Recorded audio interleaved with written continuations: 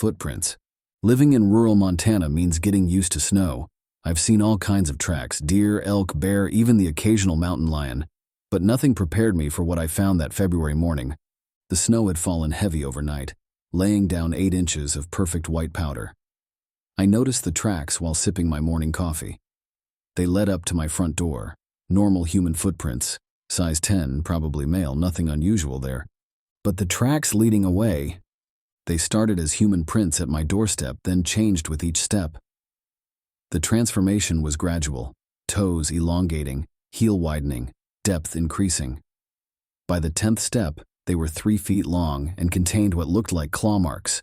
The final prints disappeared into the woods, 6 feet apart, pressed 8 inches deep into the snow. I followed them. I shouldn't have, but I did. They led to a cave system I never knew existed. Inside, I found hundreds of shoes.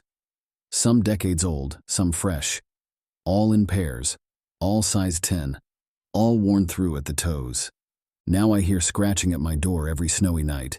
And my shoes, they keep wearing out at the toes. The painting. Emma started drawing family portraits in kindergarten. Stick figures like any 5-year-old. Me, her, our dog Max. Simple, sweet, normal. Until she drew the third person. It appeared in every picture. A tall figure with dark crayon scribbles for a face, standing between us. When I asked who it was, Emma looked confused. "That's Daddy," she said.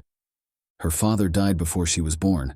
The figure kept appearing in her artwork, getting more detailed each time. Last week's drawing showed him with long fingers touching both our shoulders. Emma's teacher called me in yesterday.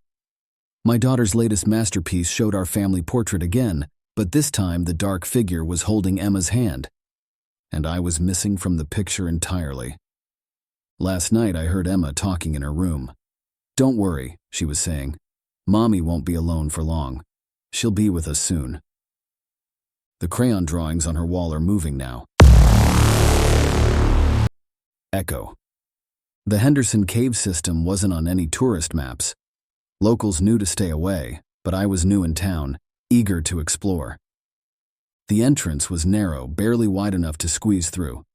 My hello was a standard echo test, something every caver does. Standard procedure. The response wasn't, "Help me!" The cave whispered back, in a voice thick with desperation. I should have left. Instead, I called out again, "Is someone there?" "Almost there," it answered, closer now. The voice was wrong, like multiple voices speaking slightly out of sync.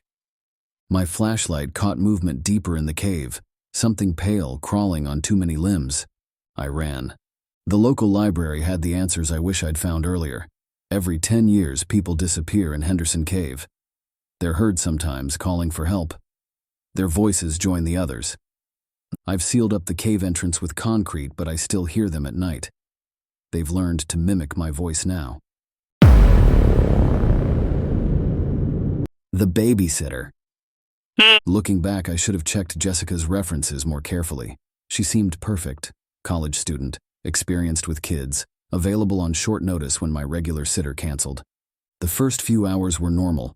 She sent updates and photos of Amy playing, having dinner, getting ready for bed. Then came the text that changed everything. "Your daughter is sound asleep upstairs." My house is a ranch-style bungalow. No upstairs, no basement. Just 4 rooms and a haunting question. Where was my daughter? I broke every speed limit getting home. The house was empty. No Jessica. No Amy. Just a crayon drawing on the kitchen table showing a house with an impossible second floor, and a stick figure of Amy in an upstairs window. The police investigation revealed no Jessica, matching her description at the local college. The phone number she used was disconnected. The only lead came from my elderly neighbor, who swore she saw Amy waving from an upstairs window that doesn't exist. Sometimes at night, I hear footsteps above my ceiling. Amy's laugh echoes down from a floor that was never there.